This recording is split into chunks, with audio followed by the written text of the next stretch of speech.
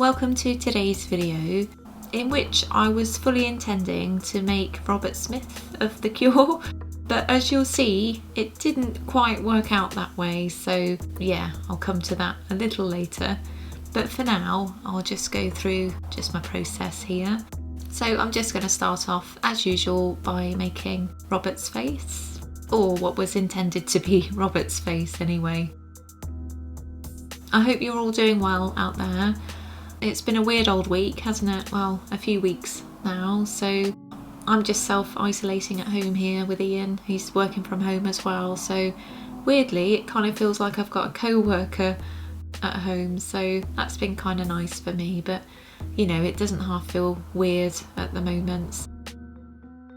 But I just wanted to keep things positive on my channel, but you know, I appreciate it's a tricky old time at the moment for people, so I just hope that you all keep well, really. So here I'm working on Robert's iconic lipstick, just with some polymer clay, but I'm intending to add some paint to it as well because he's not got the neatest lipstick in the world, really. I really like The Cure, I have to say. I wasn't a fan of The Cure at the time, you know, in the 80s and 90s, but as time has gone on, I've developed a real kind of affection for them. So Robert Smith's so iconic as well, isn't he? It's a very distinct look he has going on, and still to this day actually, he's still rocking the red lipstick and black kohl eyeliner.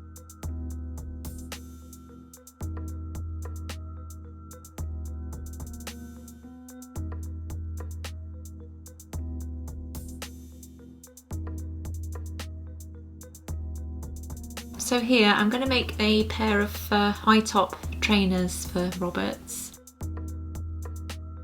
It's kind of weird actually, because I was pretty certain that he wore Docs, but thankfully I did a little bit of research, and he's a real fan of high top trainers actually, so it's always good to do your research.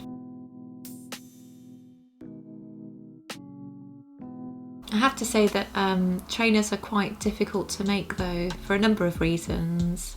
Firstly, because they're often white, and I really don't like working with white polymer clay where possible, so hence I've gone for some black high tops today, because I've seen some images with him with some dark versions on, thankfully. But they're also really quite small, so you're working with small parts, and they're often the most tricky to try and keep neat, really. But I still really enjoy making them actually. They're possibly one of my favourite things to make.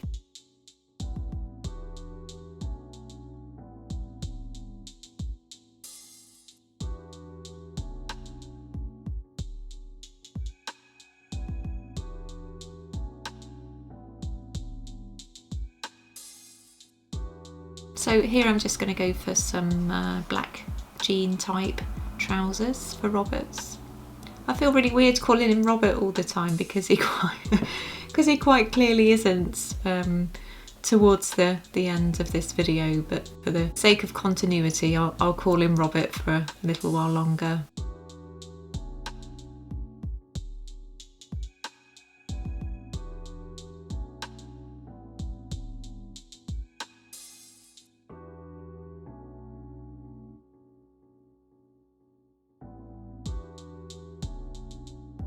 So now those are attached, I can add some further details to his trainers here.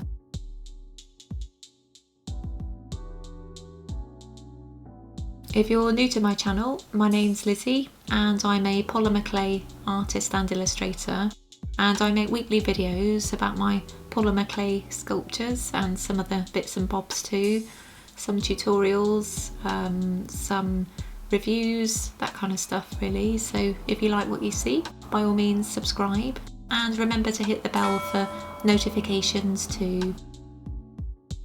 I think given what's happening at the moment out there in the world, I'm really thinking about doing some kind of basic tutorials as well over the forthcoming weeks, maybe months actually as well, who knows.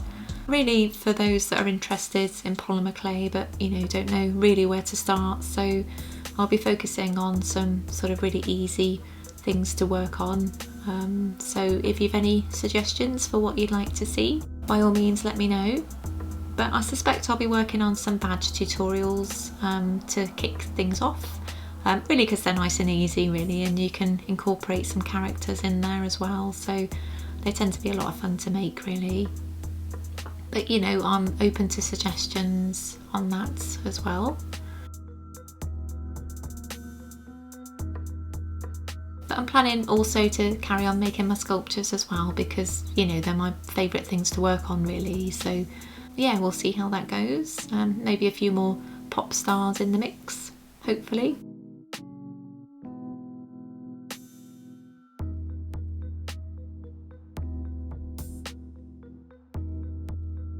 And at this point, I really noticed that the model was starting to look like a combination of Gary Newman and Brian Molko of Placebo.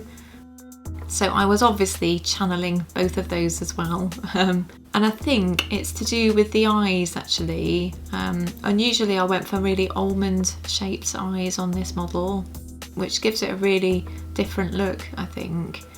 But although Robert Smith has blue eyes, it's really not helping at all. I think his irises are actually quite small, so his eyes look a lot darker than they are. So I made the decision to darken them down just with a bit of ink on top.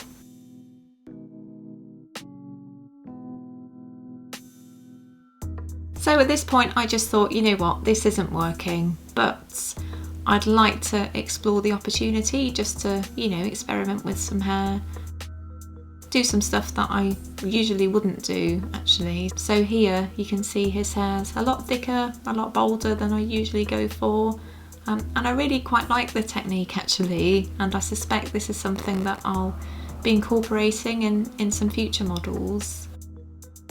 You know, maybe I'll work on a model of Brian Molko at some point, because you know, I really like him. I love Placebo, so that would be a great one to work on, because I understand how to get the fundamentals of getting a model to look like him actually. It's kind of weird how this one's worked out. And here I've just given him a bit of a haircut actually, so I think I might bake this model anyway. Who knows, I might add it to my store just as an emo character. But yeah, it's been an interesting week and I've really enjoyed the process of allowing myself to experiment really. I haven't always got the time available to do it, so it's yeah, always really useful for an artist to explore and experiment, so I'm pretty pleased I've had the opportunity to do so. And before I go, I thought you might like to see a little friend who's come to see me in the studio.